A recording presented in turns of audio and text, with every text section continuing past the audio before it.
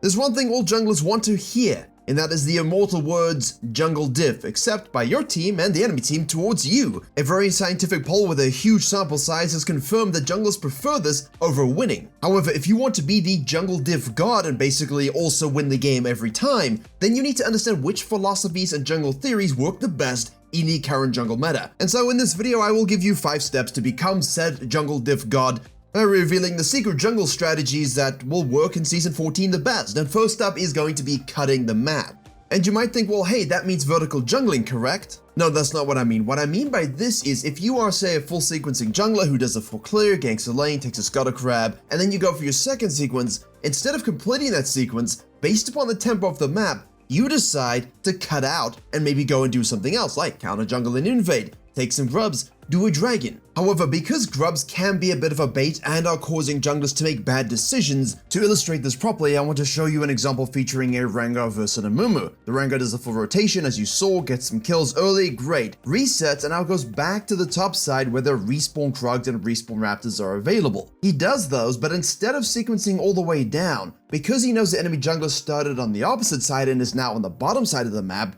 we can cut in instead of doing our sequence and go and take those grubs for free. Now what you can also do here is gank mid lane first and then the grubs. You can gank mid lane and go and do the dragon. You don't have to do them. It's just about using the cutting of the map to get something when enemies expect you to full sequence and relax. You use a proactive move to take something away. And as you can also see, what this allows you to do then is have an extended sequence. You can stay out and make a big brain continuation play. You finish off the grubs, you know the enemy jungler sequencing is completely off because they did random stuff. Now go punish them. Take the Grom, scan it up, look it's warded, okay I'm seen. But in most elos, if you ping and communicate and you have a numbers advantage, laners will rotate, they will help you out and you can basically steal the game just from cutting the map here. So sometimes it's better to think about, look, I don't want to finish the sequence, let me go and make these plays because the enemy jungler's bad, punish him, punish the team, get the objective, and now you can reset, go to the bottom and do the dragon and so on. Now this is a great example of proactively doing that, but they can also be a reactive version, say where you just want to full clear it multiple times to get level 6, you can't beat the enemy laners because they're quite aggressive, you have a strong enemy jungle matchup, so you're just gonna relax. In which case maybe you see the enemy jungler get baited in by the grubs, he invests all that time into doing them, you get the global notification or you see them on vision like this Evelyn does, and then what you can do is go ahead and do the dragon because now you know that the Kha'Zix is on the top side clearing camps after doing the grubs,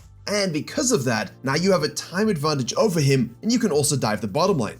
Now what this philosophy does and why I introduced this a couple years ago is because many junglers in the old 2-minute spawn timer phase were just AFK clearing. They weren't showing, they weren't doing anything to, take a dragon, take a herald, help a lane. And what this did is it caused junglers to miss opportunities to take stuff away from the enemy team for themselves.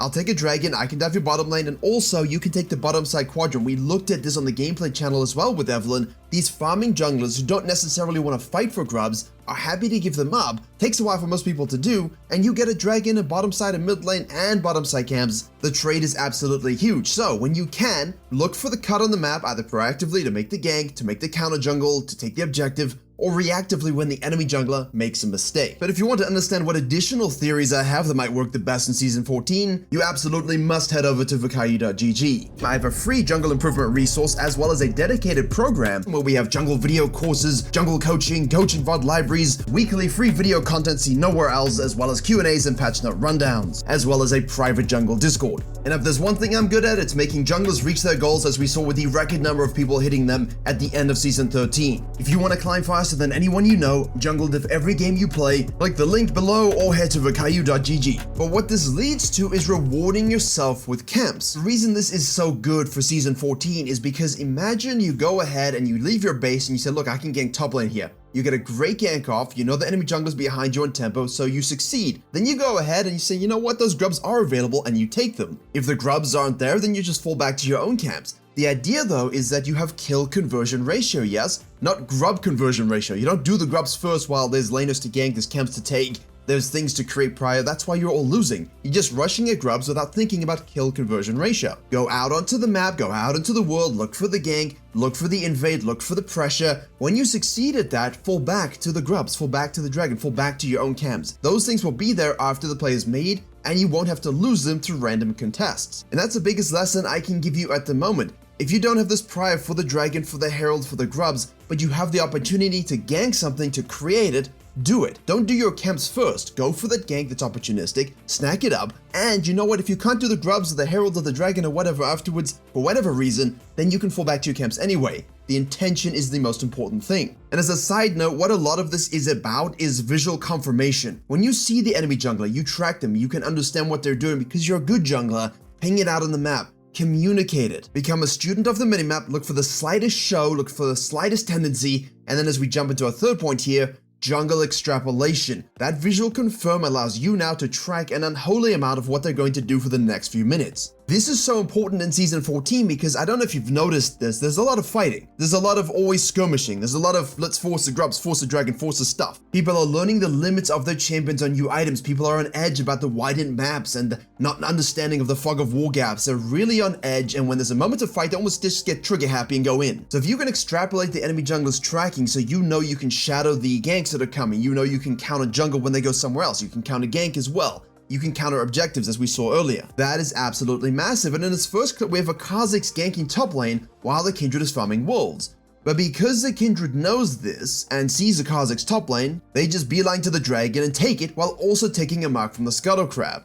That's because if you're not entirely sure about what's actually going to happen with enemy jungler, they're full clearing, you're kind of waiting to see what they're going to do, but boom, they show top lane, and you know there's no camps on the top side for them to take, and you're sequencing down and they're sequencing up, which means they most likely finished the sequence if you track in the CS probably, so I can take the dragon. Once they're done with the top side, if there's no grubs and herald, they're gonna have to reset and come to the bottom side, which means now you know exactly what the enemy jungler is going to do for the next few minutes. While you do this dragon, they reset, they come down, you can counter gank it, you can counter jungle beforehand, you can just set up vision. I mean, the possibilities are simply endless. And you saw an example of a Brian or Karthus with a very similar thing. Karthus does grubs, Brian says, okay, cool, now I know exactly what you've done, where are you going next, and I'll just go ahead and do that dragon and get ahead of you. And how the Briar gets ahead of the Karthus here is because the Karthus took the grubs. We saw this as a global time where the Briar decided to gank mid lane while that occurred. Notice that she obviously could not reward herself with an objective, a kill conversion ratio, by doing the grubs because they were gone. So instead now she extrapolates. The Karthus had done the top side, cut in like the Rengar did earlier to take the grubs.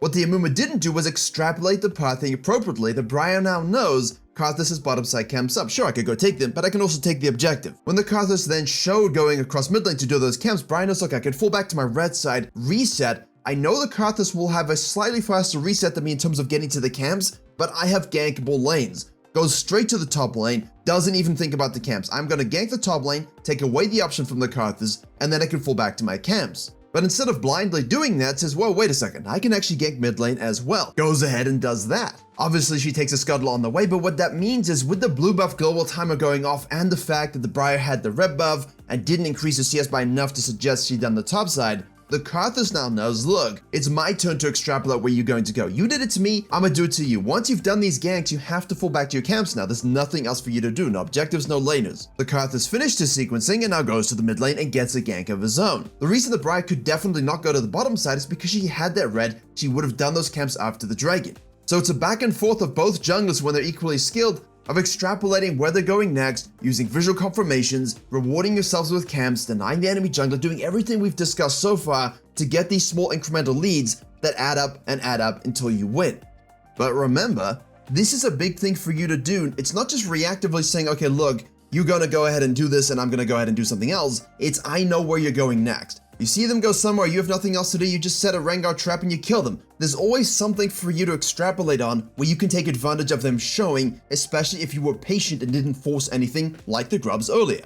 The fourth thing for this video is going to be slingshot experience. Now, if you've been paying attention to this and you've maybe left your quadrant to go and gank, you've spent some time counter jungling, counter ganking, taking an objective, and all your camps are suddenly up. Now you're thinking, which side of the map do I go to? Typically, you want to go to the side that has the highest level camps. That's because those give you even more experience. The gold is the same, but the experience is the most important. And if you're in an equal game or a little bit behind, that bonus experience, while not that important in the grand scheme of things, might give you a spike, say level 10, 11, maybe a level 7, 8, that just gives you a small level lead over the enemy jungle in some capacity or catches you up, that allows you to win the next dominating fight over an objective or, whatever skirmish people are fighting over. However, it is important to also know which side of the map you're going to go on.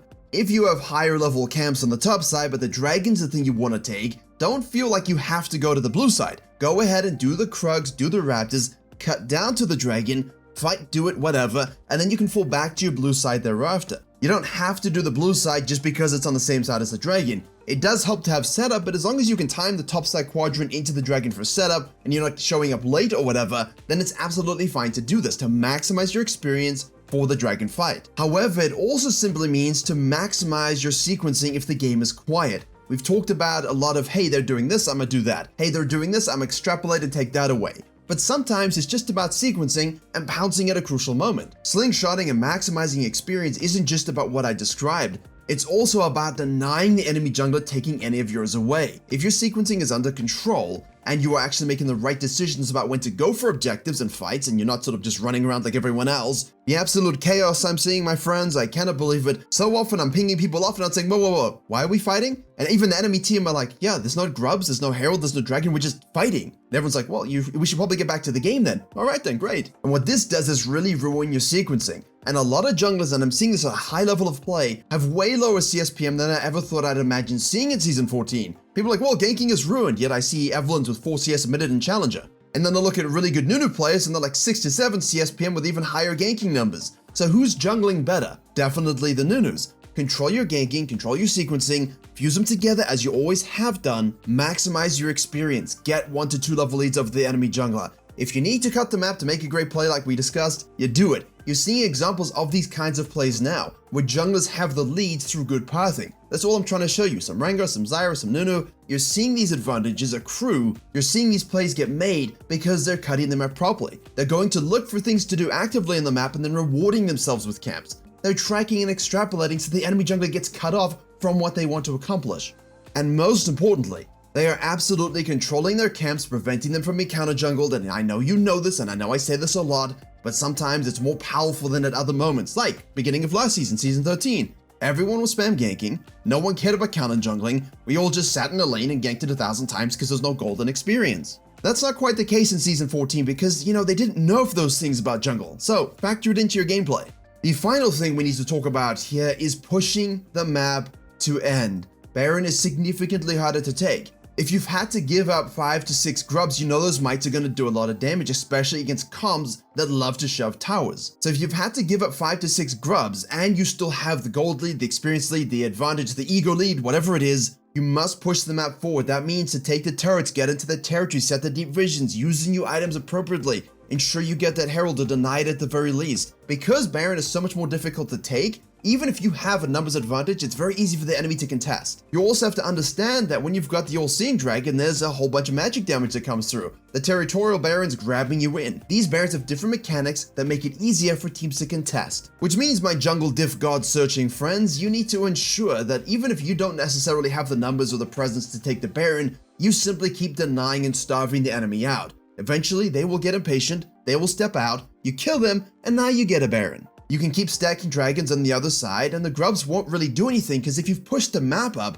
and they can't even push waves in to hit turrets, what good are the grubs? Literally nothing. Not only does it allow you to maintain control, it just allows you to relax a little bit. However, I will say, my biggest crime at the end of last season, and it took me a while to recognize this, I was having these long games and I was thinking, why am I having such long games? Well, I pushed the map up and then carried on sequencing my camps and, tried it again, but eventually my team were like, well, there's nothing for us to do, you're farming, we need to go and do stuff. And I would be way too detached from what my team wanted to accomplish to end the game because I thought, hey, we have control, we can relax. And hey, I've been making videos a long time, I've been playing the game a long time, everyone at every level of play sometimes goes back on something that they're good at or something that creeps up that they didn't used to do and now they do.